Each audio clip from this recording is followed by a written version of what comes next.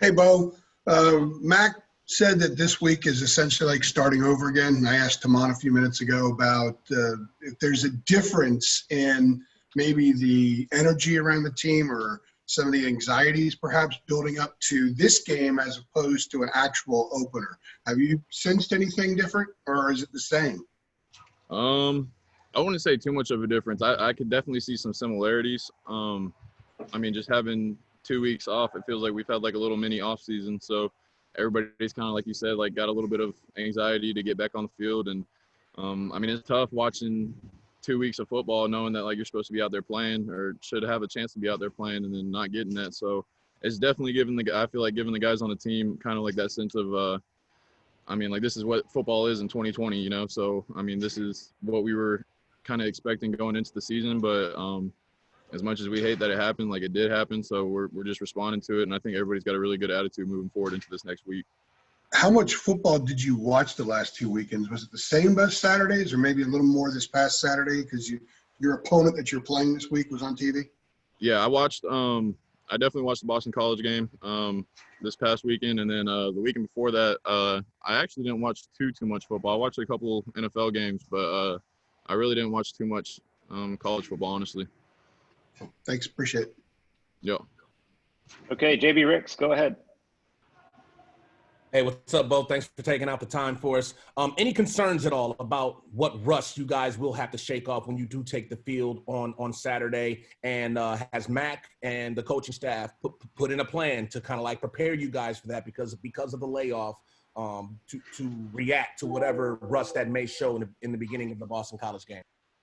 Yeah, I mean, definitely I think the coaches have done a really good job of putting in a plan for the guys as far as like this, like you call it rust, but I would just call it like, I'm trying to think of a word for it, but like, I wouldn't say that no one's rusty, and I wouldn't expect any rust, but I would definitely, Coach Mack has been talking to us a lot about just playing fast and playing instinctively. So all the game plan and stuff this week it enables us to be able to do that, go out there and play as fast and as instinctively as we can to hopefully so we don't go out there rusty.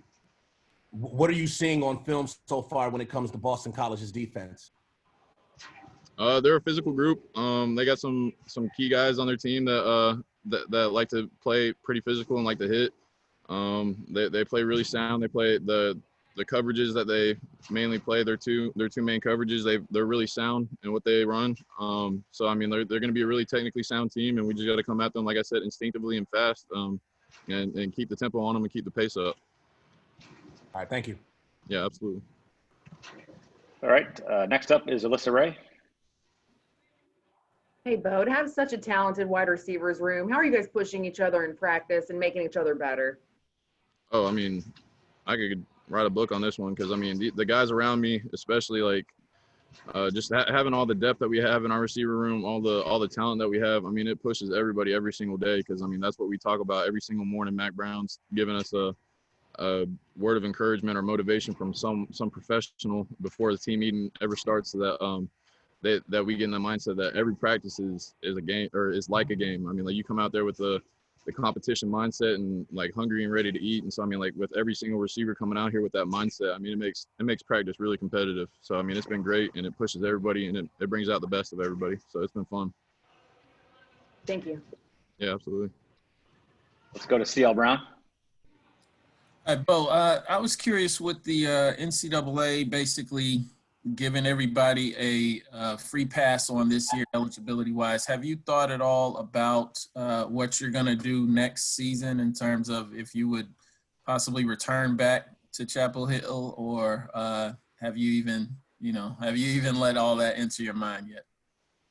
No, I mean, I obviously knew about the rule, and it's a very interesting one because I definitely feel for those spring sports from this past spring that didn't get an extra opportunity. So it was unique that they were giving it to us, but I mean, I haven't put any thought to that. My focus is all on trying to win games for 2020, and whatever happens, I mean, I'll cross that bridge whenever I get there.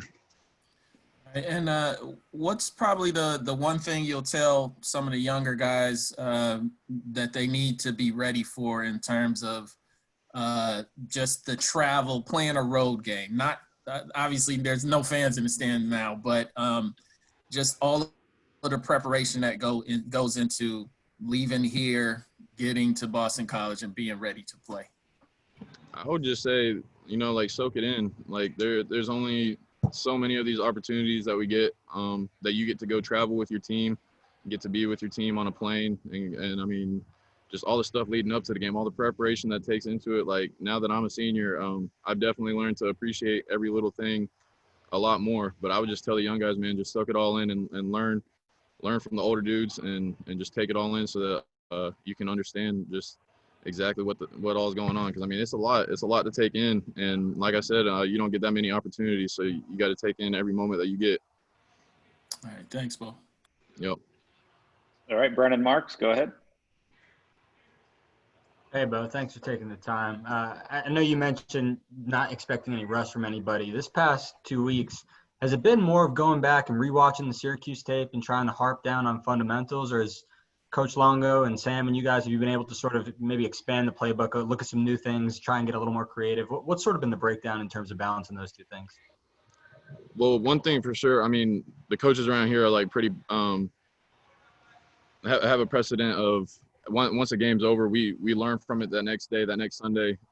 We learn from our mistakes and then we put it to bed. So we don't look at those games ever again. But we've been, for the past 2 weeks, we've been scouting Boston College, putting a game plan together that, like I said, should allow us to play instinctively and fast. And so just moving forward and with that kind of mindset and that concept moving forward into the game is how we've been looking at it.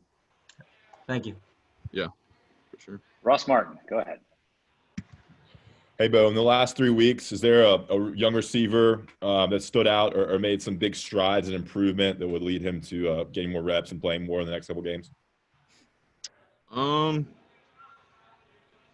mean, it's hard to say. I mean, all of our practice, because like the thing about our receiver group is that we're rarely running reps in practice like just one receiver group. It goes with like the ones, or just strictly with Sam. Like the next group is with the twos or something. Like our receiver group is constantly switching in and out. Like I said, just for the competitiveness of it. But I mean, Josh Downs is always, since he's been here, that man's been working his butt off and has been putting the time in. So I mean, I'd love to see Josh get a chance to prove what he can do.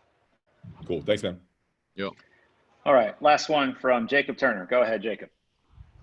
Hey, what's up, Beau? Mac mentioned yesterday how different travel is obviously going to be for you guys. What are your thoughts on kind of just some of the procedures you guys have to go through and how different that is compared to, in the past? And did staying in that hotel before the Syracuse game kind of give you guys a little sneak preview of just kind of how different things are going to be when you guys head up to Boston?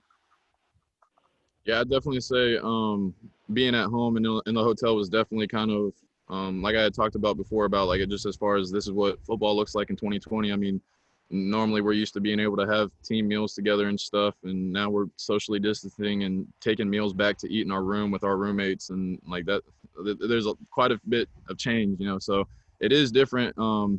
This week going away, we got specific masks that we have to wear. We're going to be social distance on the plane, distance on the bus. So, I mean, it's a lot of change going on, but I think the whole entire team has done a really good job of just taking everything that gets thrown our way. I mean, we're just looking for the opportunity to play football. So it's like, damn it, whatever we got to do, we'll do.